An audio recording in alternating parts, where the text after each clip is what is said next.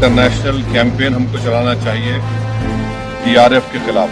तो ये जिहाद का नाम लेकर, ये भारत में गलत नाम लेकर कत्ल करना चाहते हैं, आतंक फैलाना चाहते हैं। यूएस को हम रिक्वेस्ट करें, उनको लॉबी करें कि ये टीआरएफ को एक फॉरेन टेररिस्ट ऑर्गेनाइजेशन कराए, पाकिस्तान को एफएटीएफ की ग्रे लिस्ट में डाला जाए। तो हम चाइना पर भी इम्प्रेस करें कि वो पाकिस्तान को, टीआरएफ को जितने टेररिस्ट वांटेड है इंडिया उसको हवाले करें।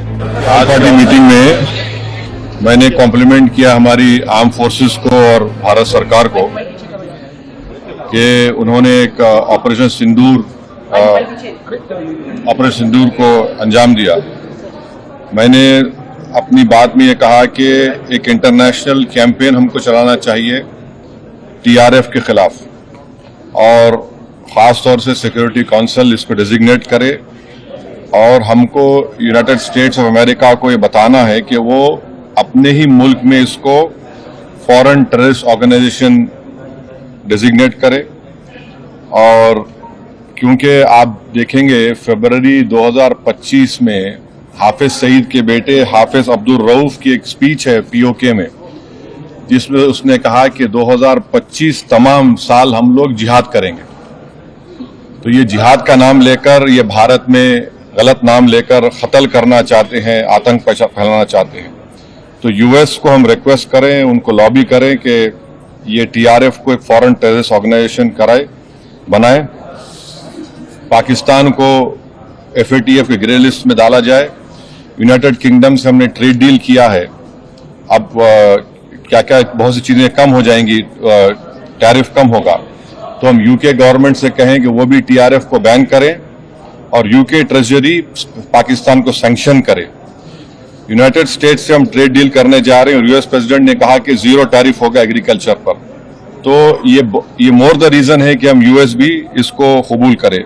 अब कश्मीर में गवर्नमेंट को के पास एक बहुत सुनहरा मौका है, तारीखी मौका है कि वो यकीनन पाकिस्तान को कन्फ्रंट करें, मगर कश्मीरियों को अडॉप्ट करें। आप कश्मीरियों को खरीब करें, और ख़ास तौर से मैंने कहा कि जो पूंछ में जो लोगों की मौत हुई, सिविलियन लोगों की, और उरी में जो लोग जख्मी हुए, जिनके घर को नुकसान पहुंचा, गवर्नमेंट उनको टेररिस्ट विक्टिम का ऐलान करे, क्योंकि पाकिस्तान शेलिंग में उनकी मौत हुई है, और सिक्योरिटी रिलेटेड एक्सपेंडिचर के तहत मरने वालों को एक्सग्रेशिया दे, और सरकार उनका घर बना के दे। और मैंने कहा कि साउथ कश्मीर में गवर्नमेंट को बहुत एहतियात से काम करने की ज़रूरत है, वहाँ के यूथ को हमको खरीब करना है। और जो ऑपरेशन सिंदूर हुआ, उसका मेरी नज़र में सबसे बड़ा इम्पोर्टेंस ये है कि मुरीद के और भावलपुर पर अटैक होना, ये नॉन टेररिस्ट ऑर्गेनाइजेशन के हेडक्वार्टर्स है, ये बहुत अहम जिसको हमको समझने की ज़रूरत है। मिलिट्री स्ट्रेटेजी वाइज आप देखेंगे अब हमारे देश के लिए दो फ्रंट पे हॉस्टिलिटी होगी, एलएसी और एलओसी पर। इसलिए कि जब 16 में उरी हुआ, 2019 में हम बालाकोट किए, आज हमारी 50,000 फौज गलवान और पे बैठी हुई है। तो ये टू फ्रंट हॉस्टिलिटी को हमको देखने की ज़रूरत है। चाइना से हम इतना एक्सपोर्ट कर रहे हैं, इंपोर्ट से ज़्यादा चाइना से इतना इंपोर्ट कर रहे हैं, एक्सपोर्ट से ज़्यादा हो रहा है। तो हम चाइना पर भी इम्प्रेस करें कि वो पाकिस्तान को, टीआरएफ को जितने टेररिस्ट वांटेड है इंडिया उसको हवाले करें।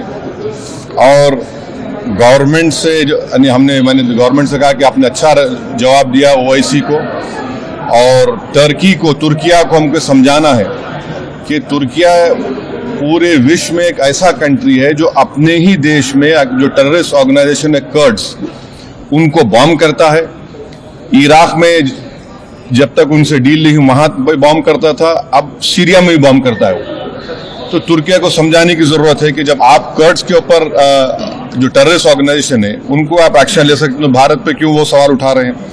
और हमने कहा कि ये आज पाकिस्तान इसको और एस्केलेट ना करे। इस सिलसिले में आज ईरानियन फॉरेन मिनिस्टर दिल्ली में है, सऊदी फॉरेन मिनिस्टर भी दिल्ली में है। और जो देश में मैंने कहा कि जो एक यूफोरिया है, इसको सरकार को देश को और मुत्तहिद करने के लिए और देश को ताकतवर बनाने के लिए इस्तेमाल करना पड़ेगा।